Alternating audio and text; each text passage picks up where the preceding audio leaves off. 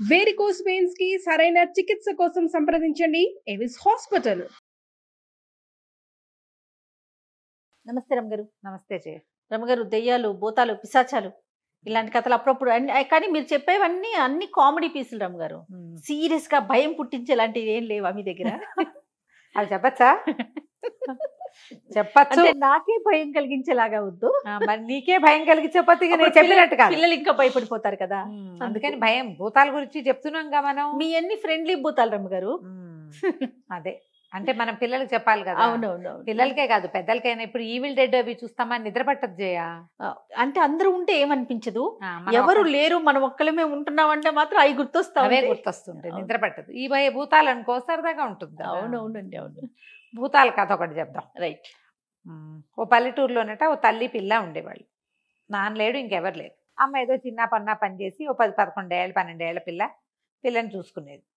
కొన్నాళ్ళకి వాళ్ళు ఏదో కొంచెం ఊరి చివరున్న ఇళ్లలో ఉండేవాళ్ళు, చిన్న గుడిసేసుకుని ఉండేవాళ్ళు. కొంతకాలానికి తల్లి జబ్బును పడింది. తండ్రి ఉండగా అతను ఏదో బొమ్మలు చేసేవాడు. వీళ్ళకి ఆ విద్య రాదు, అది రాదు. వాళ్ళమ్మ ఏదో పాచి పని చేసి పుల్లా పొడక ఏరి ఏదో చేసేది. ఈ పిల్ల ఏమైంది, ఇక ఒకరోజు జబ్బును పడి ఇక బయటికి వెళ్ళలేకపోయింది. ఆల్రెడీ తెచ్చి పెట్టుకున్నవేవో 3-4 రోజులు కాలక్షేపాలు అయినాయి. తర్వాత ఇక తిండి. సరే పిల్ల ఏమనుకుంది, అమ్మ నేనే ఏదో చేస్తానని ఈ ఊరికి దూరంగా ఉన్నారు, కొంచెం చివరగా ఉన్నారుగా, అనుకుని ఒక అడవి ఉంది. ఆ అడవిలోకి వెళ్ళి ఏదైనా పుల్లా పొడక ఏరితేస్తే ఊళ్ళో అమ్ముకుంటే ఏమైనా డబ్బులు వస్తాయి. మారకం వేసేవాళ్ళు అప్పట్లో. బియ్యానికి మారకం, మినపప్పుకి మారకం, ఏదో 2 కూరగాయలు ఎవరి దొడ్లో అయినా కోసుకుని తెచ్చుకున్నా కూడా కొట్లోకి మారకం వేసినా కాస్త నూనె, ఉప్పు, కారం, చింతపండు లభిస్తాయి. అందుకని పెళ్ళి ఏం చేసింది, ఊళ్ళో మన చెరువు కాదు ఊరు కాదు అడవిలోకి వెళ్ళి ఇవి ఏమన్నా తెద్దాం అనుకుంది. అయితే ఏమైంది, వీళ్ళ ఇళ్ళు దాటి ఇంకా కొంచెం ముందుకెళ్తే ఒక పెద్ద వేప చెట్టు ఉంది. దాని మీద 2 భూతాలు చేరినాయి. ఓహో. ఒక పెద్ద ఏజ్డ్ భూతం, ఒక పిల్ల భూతం. ఈ భూతాలు 2 మాట్లాడుకునేవి. ఈ పెద్ద భూతం ఏం చెప్పేదంటే, మనం ఇట్లా చచ్చాము అనవసరంగాను, ఏదో పిచ్చి పనులు చేసి వెరిచావులు చచ్చి ఇలాగ అయిపోయాము. ఏదైనా మంచి పని చేస్తే ఈ భూతాల జన్మ నుంచి మనకు విముక్తి లభిస్తుంది. విసుగు పుట్టి ఈ భూతాల్లాగా ఉండటం విసుగు. ఇందులో నుంచి బయటపడాలంటే మనం ఏం చేయాలి, ఏదైనా మంచి పని చేయాలి, మనుషులకు సహాయం చేయాలి. మనుషులకు సహాయం చేద్దామని వెళ్ళి కనపడితే ఏం చేస్తారు వాళ్ళు, ఓ భూత వైద్యుడిని పిలుస్తారు. అంతే, కొంప మునిగిపోతుంది. ఉచ్చాటం చేసి చావు కొడతారు. అందుకని ఎవరికైనా సాయం చేయాలి అని చెప్తూ ఉండేది. చూస్తూ ఉండేవాళ్ళు తమ సహాయం అందుకోవడానికి ఎవరు దొరుకుతారా అని. ఓకే. ఓ రోజు ఆ చెట్టు మీద వేళ్లాడుతూ ఉంటే ఈ పిల్ల ఆ రోజే ఇదేం చేసింది, ఈ గౌరి ఆ పాప పేరు, అడవిలోకి వెళ్ళి పుల్లా పొడక ఏరుకుందామని చెప్పి అడవిలోకి పోయింది. పుల్లలన్నీ ఏరి వీడు చూస్తూనే ఉన్నాయి ఈ 2 భూతాలు. అంతక మోయగలిగినంత మోపు నెత్తి మీద పెట్టుకుని ఊళ్ళోకి తీసుకుపోయి ఎవరింట్లోనో, అప్పట్లో ఏముంది గ్యాస్ లేవు కదా, ప్రతి వాళ్ళకి పుల్లలు కావాల్సిందే, కాస్త కలుగున్న ఇంట్లో ఓ పావలా చేతిలో పెడతారు. అక్కడి నుంచి ఏదో చల్లనం ఉందని అన్నం పెట్టారు, ఇంకేదో పెట్టారు. అవి పుచ్చుకుని ఆ పావలా డబ్బులు పుచ్చుకుని కొట్లోకి వెళ్ళి ఏవో 2 వస్తువులు కొనుక్కుని అమ్మ దగ్గరికి అమ్మ తిండి ఏర్పాటు చేసేసింది పిల్ల. 2 రోజులు 3 రోజులు గడిచినాయి. 3 రోజులు పుల్లలేదు. 4వ రోజు దయ్యాలు ఈ భూతాలు ఏమనుకున్నాయి, అబ్బాయి ఈ పిల్ల రోజు పుల్లలు ఎరడానికి వస్తుంది, మరి దీనికి సహాయం చేద్దామని 2 మాట్లాడుకున్నాయి. ఈ పిల్ల భూతం అంది, నువ్వు చేయి సహాయం, మొదట నీకు గనక భూతాల జన్మ నుంచి విముక్తి వచ్చిందనుకో అప్పుడు నేను కూడా చేస్తా. ఏదో ఒక మనకి ఏమనాలి, ఒక ఉదాహరణ ఉండాలి కదా, ఎగ్జాంపుల్స్ ఉండాలి.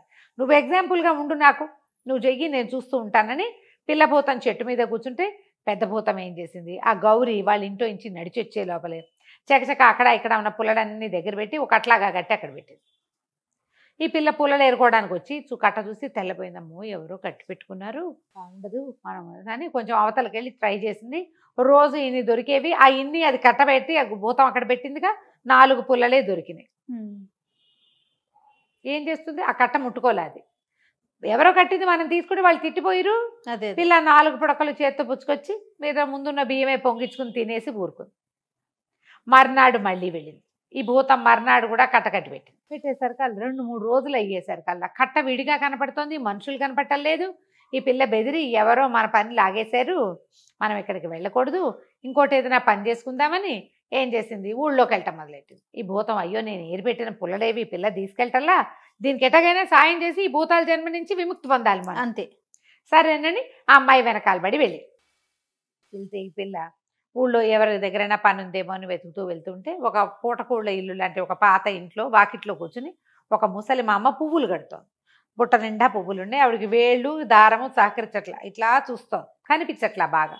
ఈ పిల్ల ఏం చేసింది, మా అమ్మ నీకు బాగా కట్లైపోతున్నట్టు పూలు నేను సాయం చేస్తా అనేసరికల్లా ఆ ముసలి అమ్మ ఏం చెప్పింది, ఏం చేయని అమ్మ, ఇది ఒకటే పని, చచ్చిపోతున్నాను, కళ్ళేమో కనపడవు నాకు, ఓ పని చెయ్యి, మాల కట్టి, పువ్వులు నావి, మాలను కట్టి దారం కూడా నేనే ఇస్తా, వాకిట్లో కూర్చొని మాల కట్టు, అక్కడ బజార్లోకి తీసుకెళ్ళి అమ్మిరా, పావలా వాట నీకు, పువ్వులు ఖర్చు లేదు, దారం ఖర్చు లేదు, వచ్చి గబగబా దండలు కట్టి తీసుకుపోవటమే, అమ్ముకునిరా అని చెప్తే పిల్ల సరేనన్నాక ఇది భూతం ఏం చేసిందా చూసి, ఓహో ఇదేదో బాగానే ఉందని ఆ పిల్ల దగ్గర కూర్చుంది. ఇదేం చేసింది, ఒక్క పువ్వు తీసి టుక్కు కట్టేస్తుంది దండ.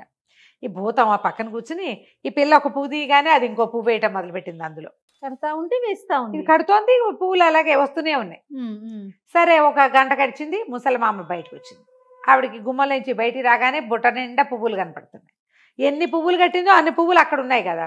అక్కడి నుంచి ఏమే పిల్ల గోళ్ళు గిల్లుకుంటూ కూర్చున్నావా, బుట్టెడి పువ్వులు అక్కడే ఉన్నాయి, పువ్వులు కట్టలేదు అనేసరికి పిల్ల తెలిపోయి, అదేమిటి మామ చూడు 3 మూరలు 6 మూరలు దండగట్టానని చామంతి పూల మాల ఎత్తింది, ఇంత బారెడు మాలను. తెల్లబోయారు ఇద్దరు. పిల్లంది, అయ్యి బాబు ఇవేంది అయ్యి పూలు, ఎందుకట్నా ఇంకా బుట్ట నిండా ఉన్నాయి ఏమిటి మా అమ్మ, భలే పువ్వులే అంది. అనగానే మా అమ్మంది, పువ్వులు కాదు దయ్యం, నువ్వే దయ్య పిల్లవి, ఈ పాటికి ఎప్పుడూ అయిపోవాల్సింది, ఇంతసేపు నువ్వు కడుతున్నా పువ్వులు ఉన్నాయంటే నువ్వు దయ్య పిల్లవై అయి ఉంటావు, పోపో వాకిట్ల నుంచి వెళ్ళవని లోపల నుంచి చీపురు తీసుకొచ్చింది. అయ్యో, పిల్ల హడిలిపోయి ఇంకేం చేయాలో తెలియక పరిగెత్తుకుంటూ వచ్చేసింది బయటికి. ఆవిడేం చేసింది, ఆ కట్టిన పువ్వులు ఆ బొట్లో ఉన్న పువ్వులు ఎత్తి వచ్చి అవతల పారబోసేసింది, పెంట పువ్వులు. అవి మంచివి కాదు, ఈ పిల్ల ఏదో దయ్య పిల్ల వచ్చి వాకిట్లో కూర్చొని చేస్తుంది అంతే కదా. ఇప్పుడు దండ కడుతున్నాయి, బుట్టెడి పూలు ఎట్టా ఉన్నాయి, ఏదో తేడా ఉంది. ఈ భూతం నిర్ఘాంతమైంది. అయ్యో సాయం చేద్దామంటే ఈ పిల్లకి అసలు సహాయం అందట్లేదే. అక్కడి నుంచి దిగాలుగా నెత్తి మీద 2 చేతులు పెట్టుకుని పోయి చెట్టెక్కింది. చెట్టెక్కితే కూరదయ్యం అంది, ఏం చేసుకొచ్చావంటే, ఏం చేయను, సహాయం చేసినా పిల్లకి అందట్లేదురా, నాకు నిష్కృతి లేదు ఏమిటో, నువ్వు ట్రై చేయిపోని అని చెప్పి పిల్లదయ్యానికి చెప్పింది. ఈ పిల్ల భూతానికి. పిల్ల భూతం ఒప్పుకుంది. ఈ పిల్ల పాపం 3 రోజులు అడవిలో తిరిగింది, 3 రోజులు పువ్వుల కోసం తిరిగింది. ఇక 10 రోజులు అయిపోయింది, వాళ్ళ అమ్మ లేచేలాగా లేదు, దీన్ని విసుగుబుట్టింది. అదేమందంటే, అమ్మ నేను పని చేస్తానే, మన ఇంట్లో బొమ్మలు చేసే సరంజామా అంతా ఉంది, మా నాన్న చేసేవాడు కదా, మట్టి తొక్కి మెల్లిగా బొమ్మలు చేస్తాను, అచ్చులు ఉన్నాయి కదా, బొమ్మలు చేసి బొమ్మలు అమ్ముకుందామే, మట్టికి ఏముంది, దానికి ఏం పెట్టుబడి లేదు, కూర్చుని చెయ్యాలి అంతే కదా, చేత వచ్చినట్టు చేస్తానంటే సరేనంది వాళ్ళమ్మ.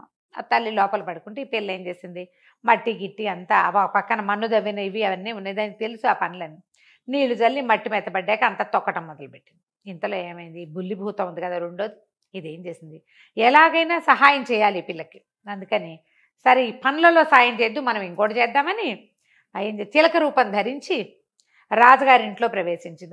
ఒక జమీందారు గారి ఇల్లు ఉంది అక్కడ, ఆ ఊళ్ళో జమీందారు గారి ఊళ్ళో ఆ ఇంట్లో ఒక పెద్ద గూళ్ళుగా ఉన్నాయి. ఆ గూళ్ళల్లోకి వాళ్తూ లోపల తిరుగుతుంటే దానికి ఓ చిన్న డబ్బా ఇట్ట ఓరగా మూత తీసి కనపడింది. అందులో దగదగలాడుతూ ఉన్నాయి ఏమిటో రాళ్ళు. ఇదేమనుకుంది, దయ్యము పిల్లభూతం, ఇది గ్యారంటీగా ఇవేవో ఖరీదైనవి, అందుకే లోపల పెట్టారు. బాక్స్ మూత ఎవరో తీయటం వల్ల పక్కకుందని అందులోంచి ఒక వజ్రాన్ని నోట ఖర్చుకుని తీసుకొచ్చి ఈ పిల్ల మట్టి ఏం చేసింది, తొక్కిన మట్టి అంతా దగ్గర పెట్టుకుని చేత్తో తడతాడుతుంటే ఆ మట్టిలో పడేసింది. ఈ పిల్ల చూసుకోకుండా మట్టి అంతా మెదిపేసేసి ఓ తొండని బొమ్మ చేసి అక్కడ పెట్టింది. ఏనుగు బొమ్మ చేస్తోంది. ఏనుగుకి మిగిలిందంతా పల్చటి ఒళ్ళే కానీ తొండం దగ్గర ఇట్లా లావుగా చేసి కదా హోల్స్ పెడతారు, అది ఇట్లా లావుగా మెదుపుతుంటే ఆ మెదిపాయింపులోకి వెళ్ళిపోయింది అనమాట. ఆ మెదాయింపులోకి ఈ వజ్రం వెళ్ళిపోయింది. ఆ పిల్ల చూసుకోవాలి. ఈ చిలక రూపంలో ఉన్న మన బులిభూత మాత్రం చూస్తోంది, ఏదైనా మేలు జరుగుతుందేమో ఈ పిల్లకని. వజ్రం ఇచ్చాం కదా అమ్ముకుంటే బోల్ డబ్బులు అనుకుంది, చూసుకోలేదుగా. సరే ఏమైంది, ఈ పిల్ల బొమ్మలు చేసుకుంది. ఓ 10 బొమ్మలు చేసుకుని బొమ్మలు బుట్టలో పెట్టుకుని ఊరంతా తిరిగితే జమీందార్ గారికి పై ఊరు నుంచి మనవలు వచ్చారు. ఈ మట్టి బొమ్మ చూసేసరికి పిల్లలు కేకలు పెట్టారు, బాగుంది మన దగ్గర అన్ని చెక్క బొమ్మలనే, ఓ బొమ్మ కొనిపెట్టు అంటే సరే ఆ బొమ్మని కొనిపెట్టాడు ఆయన. ఈ లోపల ఏమైంది, ఆయన అంతా వెతుక్కుంటున్నాడు ఇల్లంతా. బాక్సు మూత తెరిచింది, పిల్లలు ఎవరో ఆటకాయితనంగా తీశారు, ఒక్క వజ్రం మిస్ అయింది అని. ఇల్లంతా వెతికారు, దొరకలేదు. బాక్స్ మూత పెట్టి ఎక్కడో లోపల పెట్టుకున్నారు, కానీ ఆయన ఇంకా దాని మీదే వెతుకుతున్నాడు అనమాట. అయితే ఏమైంది, ఈ పిల్లలు మట్టి బొమ్మతో ఆడుకుంటుంటే మట్టి బొమ్మలు పగిలిపోతాయి కదా, 2 ముగ్గురు అల్లరి పిల్లలు ఉన్నారు, ఒకళ్ళ చేతిలోంచి ఒకళ్ళు అందుకుంటుంటే అది ఢామని పడి పగిలిపోయింది. ఎప్పుడైతే ఈ బొమ్మ పగిలిందో దాని తొండంలోంచి ఆ వజ్రం బయటపడింది. ఆయన ఆ వజ్రం చూశాడు. చూసి ఇది ఎక్కడి నుంచి వచ్చింది, ఈ బొమ్మ ఎవరు అమ్మారని వెతికి ఈ పిల్లే అమ్మిందని పట్టుకున్నారు. తెలుసుకున్నాక అక్కడి నుంచి ఆ పిల్లనికి భటులు ఇద్దరిని పంపిస్తే ఊళ్ళో అందరూ సాక్ష్యం చెప్పారు. ఆ పిల్ల అసలు బయటికే రాదు, ఎక్కడికి రాదు, ఇంట్లోనే కూర్చుంటుంది, ఆ బొమ్మలు చేసుకుంటుంది అంతే తప్ప. ఆ బొమ్మలు మొదట ఒక 2 రోజులు ఊళ్ళో తిరిగింది, అందరు కొన్నారు. 3వ రోజు నుంచి ఎవరో ఒకళ్ళు వచ్చి అమ్మాయి దగ్గర నుంచి కొనుక్కెళ్తున్నారు. ఏవో 2 బొమ్మలు చేసుకుంటుంది, పిల్లల కోసమే గలగల్లాడిచ్చేవి అవి. అక్కడి నుంచి రాజుగారి పిల్లని పిలిపించి అమ్మాయి ఎక్కడి నుంచి ఇదట వచ్చింది, ఏం చేద్దామని అడిగారు. అడిగితే నాకు తెలీదు, బొమ్మ చేసినప్పుడు అందులోకి ఎట్లా వచ్చిందో కూడా నేను చూడలేదని. ఈయనంతా ఎంక్వైరీ చేసి సరే పోనీలే మన వజ్రం మనకు దొరికింది కదా వదిలేశారు అని చెప్పి సరే ఆ పిల్లని కేకేసి ఊరంతా ప్రచారం చేసినందుకు దానికి 2 రూపాయలు చేతిలో పెట్టి నీ పని నువ్వు చేసుకోమని పంపించేశారు. పిల్ల 2 రూపాయలు వచ్చేసరికల్లా 10 రోజులు గడిచిపోతుందా, 10 రోజుల్లో బొమ్మలు చేసుకుని బొమ్మలు అమ్ముకోవటం మొదలుపెట్టింది. అమ్మకు నా కూతురు ఇద్దరు కలిసి ఒక కొట్టల్లే పెట్టుకుని బొమ్మలు కొట్టు పెట్టుకున్నారు. దాని బతికి వెళ్ళిపోతుంది. ఈ భూతానికి అర్థమైంది మనం ఏం చేసినా వీళ్ళకి సహాయం అందదు, వాటికి మాత్రం ఎప్పటికీ విముక్తి రాలా. అవట చెట్టు మీద కూర్చుని వాళ్ళకి వీళ్ళకి హెల్ప్లు చేస్తూ వాళ్ళు భయపడి పారిపోతూ ఉన్నారు తప్పిస్తే ఎప్పటికీ వాటికి విముక్తి రానే లేదు. ఏ సహాయము ఎవరికైనా సరే తమంతట తాము అడిగిన సహాయాలే అందిపుచ్చుకుంటారు మనుషులు. నేను అడిగాను నిన్ను, నువ్వేదో చేసావు, అది తీసుకుంటా. అయాచితంగా లభించేసరికల్లా భయపడతారు జనం. ఇప్పుడు పువ్వులు వచ్చినాయి, ఆ పిల్ల భయపడింది కదా, కట్టెలు వచ్చినా భయపడింది. వర్కౌట్ కాదు, ఎప్పుడు కూడా యాచించిన సహాయాలే కుదురుతాయి, లేకపోతే కుదరదు. భూతాలు వాడి దారిని వాడేవాటాగే చెట్టు మీద వేళ్లాడుతూ ఎవరికి హెల్ప్ చేద్దామా అని వేళ్లాడుతూ ఉన్నాయి. పిల్ల మాత్రం చక్కగా బొమ్మలు అమ్ముకుని మెల్లిగా పెద్దదై పెళ్లి చేసుకుని కాపురానికి వెళ్ళి కదా మనం ఇంటికి. నమస్తే రమ్మగారు. నమస్తే.